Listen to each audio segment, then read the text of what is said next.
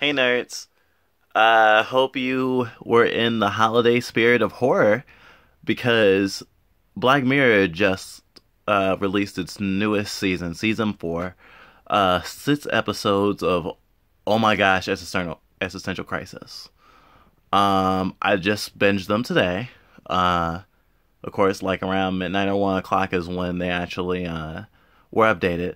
But I wanted to give you folks a great little review, no spoilers, so that you know what you're getting into. I guess first off, I'd say anyone who hasn't seen Black Mirror or have been kind of like spot watching Black Mirror, um, it'd be best to watch at the very least White Christmas before going into it. But if you've seen every episode of Black Mirror before this season, there's a lot of Easter eggs to unpack that I won't get into in this video, and hopefully I'll do reviews for each individual episode, because I can't really say in this moment that this is the best season of Black Mirror, but it's definitely the most poignant to me specifically, especially with the mix of diversity in the cast and differences in tone and the direction, but also how much it really feels cohesive with just kind of what Black Mirror is and represents, and just the kind of ways the episodes end and just the feelings you have throughout. Because it is a wild ride this season, and I encourage anyone who's even mildly interested to get into it. I didn't watch it, I guess as you would say, as intended from episode 1 to 6. I actually watched in quite a different order. I believe it was 4, 2, 6, 5, 1, 3. I'll definitely put it in the description, the order I watched, in case you want to follow along how I watched it for any whatever reason. I will say the episode that's in black and white, you probably shouldn't finish it with. Just my recommendation. I won't tell you why, obviously. Other than that, I definitely want to say that it does piggyback on technologies that are showcased in previous Black Mirror episodes. Not every episode, but at least half of these episodes at least touch on or reference technologies in past seasons. So it's definitely worth it to have seen those seasons. Although if this is your first Black Mirror season, going back eventually, if you're interested in watching the older seasons, the reverse callbacks will definitely be poignant. However, the philosophical question, especially concerning artificial intelligence and what is sentience and the soul and things like that, is very, very important for this season of Black Mirror, particularly, especially with the problems they're faced and the conclusions that these episodes bring to light.